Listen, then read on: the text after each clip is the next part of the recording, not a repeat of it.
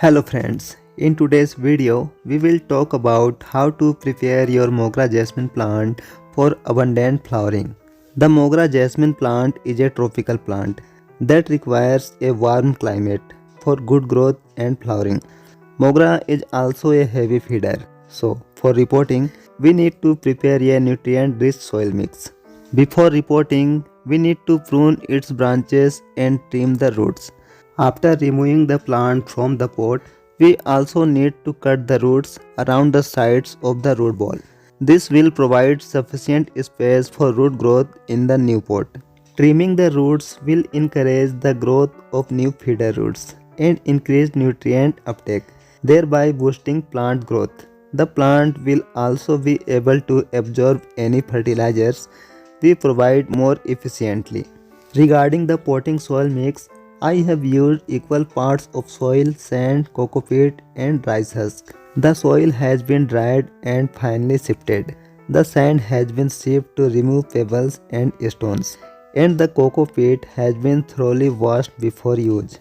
Mix all four ingredients well and then add an equal amount of cow dung manure to the total volume of the mixture. The cow dung manure should be well rotated and dried in the sun. The cow dung manure needs to be dried and finely crushed before use. I have used a 12-inch pot. Broken pot pieces or similar materials can be used to cover the drainage hole, and then we need to fill it with potting mix.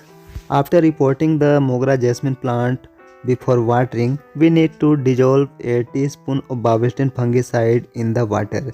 If Bavestin is not available, you can use Trichoderma or similar products.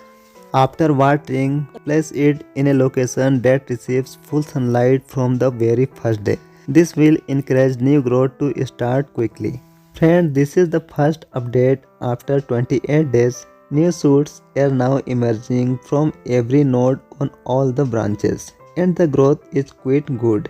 This is the second update 33 days later.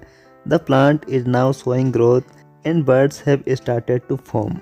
The size of the buds will increase further from here, and then we will add some necessary fertilizers to prevent the buds from dropping.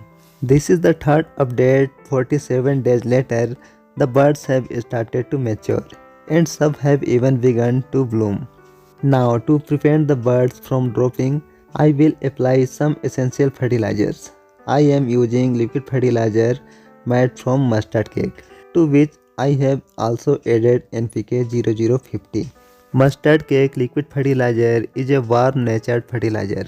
Applying it to Mogra plants will trigger the simultaneous blooming of many buds. The NPK 0050 we have added will prevent bud drop and ensure that the buds develop to the correct size and bloom properly. This is the fourth update 53 days later, and now many buds have started blooming together.